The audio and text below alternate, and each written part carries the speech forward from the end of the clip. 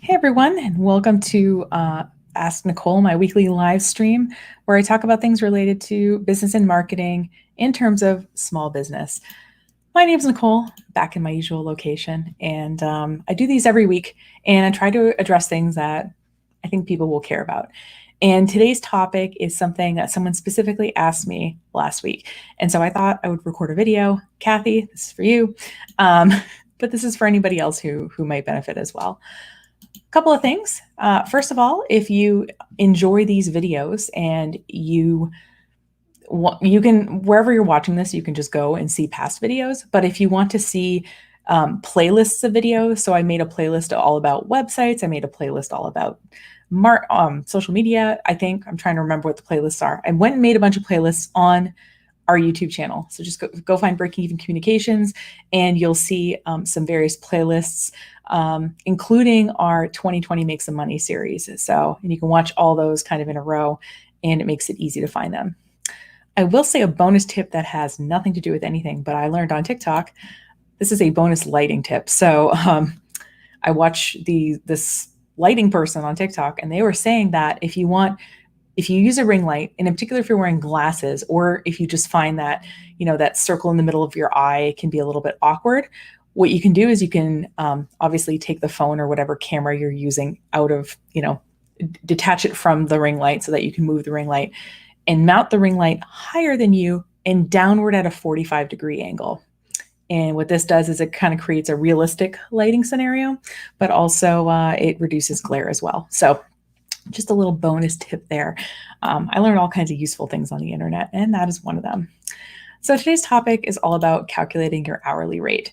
And the main reason, obviously, this comes up, people want to work with you. You're a graphic designer, you're a photographer, you're a programmer, you're, something that your time is literally typically how you bill things. And what they want to know is, what is your hourly rate? Now, this is obviously can be kind of a loaded question because most people don't know how long it takes you to do something, right? So we're going to talk a little bit about that. But we're going to talk about how kind of I learned to set my hourly rate and kind of things that I use when I think about hourly rates in general. And I will say, first of all, I'm a geology and French major. I went to a liberal arts college.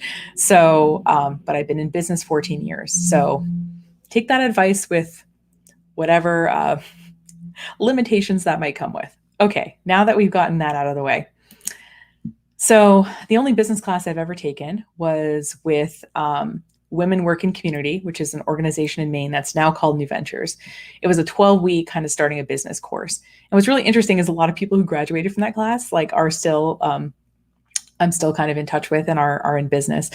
So the main thing that I learned from that class was this particular principle, which is that you think about the money you need to live and you think about how many hours of your work you can actually bill. And that kind of determines your hourly rate. And I will say, you can't just say, oh, well, this company pays their employees, $30 an hour. So that's what I'm going to charge, because your life as a self-employed person is more expensive.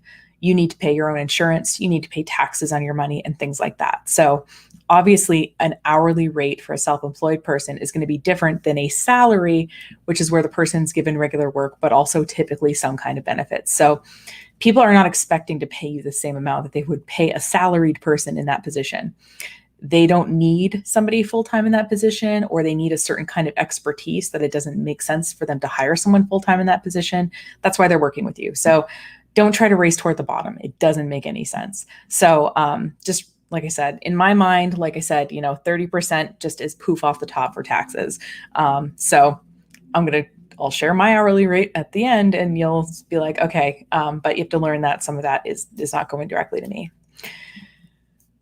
The main part of running your business is non-billable. I do not know of any client that wants to pay me to check my email. I don't know of any client that wants to pay me to make these videos or to do my invoicing. So there are certain activities that I need to do as a business owner that I cannot bill out to anybody, that are just part of running my business, right?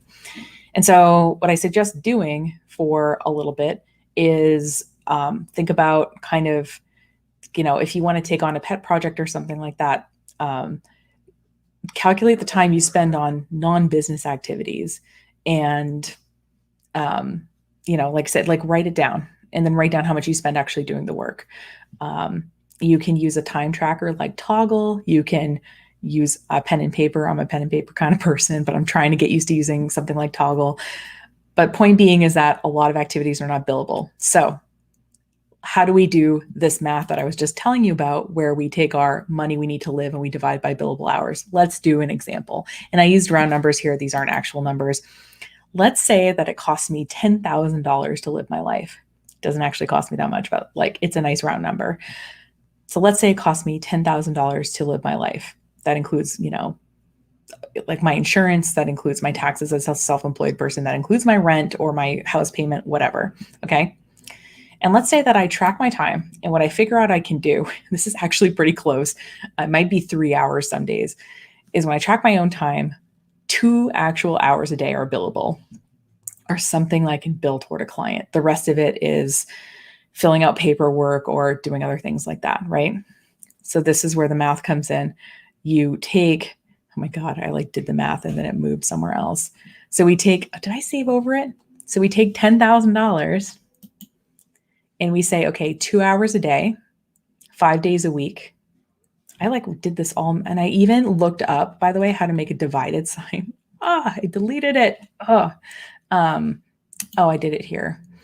So basically, essentially, if I take $10,000, sorry, I'm having a cognitive moment here, and I divide it out by the 40 billable hours I can do in a month, right? In this scenario where I can do 2 billable hours a day, that equates to $250 an hour that I should be billing out. So that is math. Now, if I want to change that, obviously I can increase the amount of billable hours I can do. Maybe that involves hiring someone. Maybe that involves creating systems. I can also lower my cost of living, right? So there are different, you can kind of either kind of make more money or spend less money, right? To change that out. So $250 an hour in this scenario is what I should be billing out. So, but at the same time, not everything is ideal, right? So the other part, besides thinking about the money you need to live divided by the amount of actual billable hours you can do, is what will the market bear? I think I used the right bear there. But point being is what are people used to paying for this service? You could be really awesome at something, and maybe if you lived in Los Angeles, you could charge $1,000 an hour to put on eyelash extensions. But maybe now you're in upstate New York, and even though you're really good at eyelash extensions, people just can't pay $1,000 for them.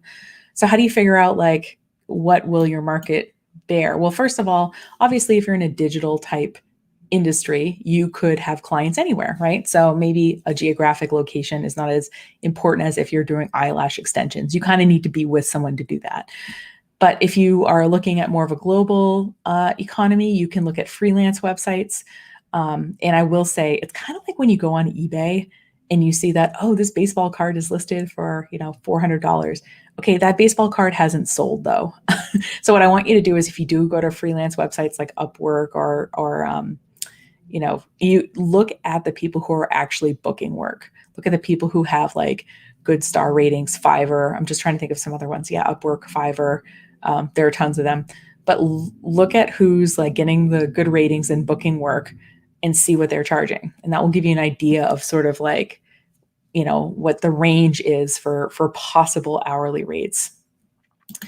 You can also look at LinkedIn job postings. And like I said, look at the salary of it. Obviously, like I said, if this person, so let's say that I go on LinkedIn and I see what social media managers are making. And let's say that I look, and most companies are paying social media managers, $35,000 a year or $50,000 a year, right? It's not like that person is consistently, so I can take that and say, okay, if I get 2 billable hours, if I can do 2 hours billable and that's the salary, well, that gives me some idea of what I could be getting paid for this kind of thing if I did it full time for a company. This company is covering your benefits and all that, of course. So, so look for not necessarily the hourly rate, but the salary of compensation. And then there's like lots of really good kind of salary information websites. This was a good link that I found. And David, who's the founder of this site, went to my college. So shout out Bates College and my friend David, who started this personal finance blog back in the day that's doing really well. I will say the main thing though, and I really wish I could tell all like service people this, is like having a project rate is really helpful for people. And, because when someone asks me what my hourly rate is, the reality is they don't know how quickly or not quickly I can do my job. And if they do think they know, they don't know. So let me give you an example of a project rate. So if a client comes to me and says, I need you to make me a payment form. Great. As a business, I know what steps I need to do to make that form. I know what integrations I might need to do. I know that I have to, set up a payment processor and things like that. So I charge a flat fee for this. And it doesn't matter how long it takes me to do it. It just has a certain amount of value, right, to the person who's getting it. And every payment form we've ever made, if they've kept me on as the, administrative person who can go in and do things, it makes 10 times the amount of money that people pay me to do it. So I've seen it in every case that, like I said, that where I am, privy to the money coming in and being able to see that. So, we charge, between $1,000 and $1,500, depending if someone wants recurring payments, or it's, some special features. We have kind of two packages, but point being is that the person knows that they give me $1,500. They're going to have a working payment form with recurring payments. It's going to integrate with their email list. It's going to send them customer automated thank you emails that we can customize the receipt. So like there's a set amount of things that people get in that. And customers get a couple things from it. First of all, they know how much they're paying, which they really appreciate. But the second thing is I've went and I've thought through exactly what they need. They might not have thought to like make the receipt look nice. They might not have thought to make it so that, these people get the notifications. They might not have thought to, collect this kind of information so that when they're applying for grants, they have that information from people who have filled out this form, whatever. So point being is that, a project rate is really helpful. If you say you're a logo designer and you tell me that you charge $500 an hour, like, I don't know, am I paying $200, am I paying $1,000 for that logo? Am I paying $10,000 for that logo? It's not that people are trying to be cheap and asking the hourly rate. They just want to know how much the thing they want is going to cost. So I think having project rates for things that are pretty standard or that you do a lot of is fine. And I think having a little bit of a range is fine. Like me saying payment forms are $1,000 to $1,500. That gives me some room in case something does come up that's a little bit specific I need to deal with, but it also gives the customer an idea of how much they're going to pay. An hourly rate example is, someone wants to hire me to consult them about marketing stuff. They want me to come in for an hour, a couple of hours. That to me that's an hourly rate thing. So that's where my hourly rate of $150 would come into play. I will say that, regardless of what kind of thing that you do, you should have some kind of agreement, some kind of signed agreement that talks about like what is included, and what would happen if something changes. So whether that means that the client doesn't want to work with you anymore, but the project's still going on, or whether it's the opposite, or whether, so for example, I might, if I was doing a website design, build in 3 design revisions to the website. I don't want to revise the website indefinitely, and that incentivizes the client to get me organized feedback in 2 different rounds where I can implement things. If they want to do more than that, I built into the agreement that additional revisions will be subject to X kind of costs. So I just try to be really clear with this is what is included, and I put bounds on things, not because I want to be rigid, but because like we can't work indefinitely on something. And I think most people understand that. And most people are reasonable. They just want to know what's going on. So in your agreement, you can say, this project includes this is the payment schedule. And if anything changes, this is how we'll deal with it. So like I said, having an agreement is really helpful. But like I said, most people, when they ask your hourly rate, are just trying to understand. They want to work with you and they want to understand how much that's going to cost. So and like I said, don't be a race to the bottom. I've had people who think I'm too expensive and they'll open up a related business in my geographic area. And I know of 4 of them who've done that, and they're all out of business now. And it's not because they weren't good, it's because they weren't charging enough money. Because, I'm paying for software licenses, I'm paying for office space, I have these costs that come with being able to do good work for people. And I will throw this out there as an idea. Besides your hourly rate, and if you want to go down on your hourly rate for whatever reason, so maybe you have a client who has a really cool project and you really want to work on it, what I tell people to do is I say, okay, well, give yourself like a low base rate, whatever that is, or a low base cost, and build in commission.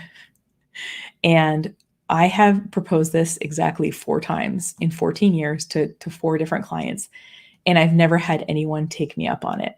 And I think the reason is that when I say commission, I want complete control over the marketing of this product, because selling more of this product or service is how I'm getting paid. So if someone decides they don't feel like sending out an email newsletter this month or whatever, that directly costs me money. So when I say, listen, I'll build this thing that I would normally charge way more money for, but I'll build it for a lower rate, I want like 20% commission or 30% commission. Because, if I know what their markup is, right? Most of the time the markup is much higher than that. So most people like bristle at that idea. But, if you're, somebody who, does services and you are confident that you're really good at this thing, and mostly this works for marketing or any kind of like ongoing work. Maybe you say, okay, maybe you're a bookkeeper or an accountant, and you say, okay, I get it. You're starting off, you're going to be making more money. I want to enter into, a 3-year agreement. And part of that is that, I will get X% off the top or something. But as the accounting or bookkeeping person, you should have some control over kind of either, not exactly how the budget is made, but maybe how the accounting is done and some things like that. Okay, clearly not an accountant or a bookkeeper, but you get the idea. Obviously, commission would work differently in different industries. It works really well in something like a marketing or design, web design or something like that. But if you're open to that idea, it's worth putting out there. It also communicates to the client that you're willing to go lower and you see the value in what they're doing, even if they're not financially, at the point where they could pay you the rate that you would want to get. But it also shows that, like, listen, you've got some skin in the game too, and that means you get to make a little bit of decisions. Now, I will say I kind of went over this quickly, but we do have, we had Jennifer McCluskey, who is with the SBDC in Canton, New York, but she also has her own photography business. She gave a pricing workshop at Anchor Space. Oof, it was before pandemic times. It was like 2 years ago. And she went over a few kind of cost scenarios. It's, and this is part of my co-working space. So it's in our online courses.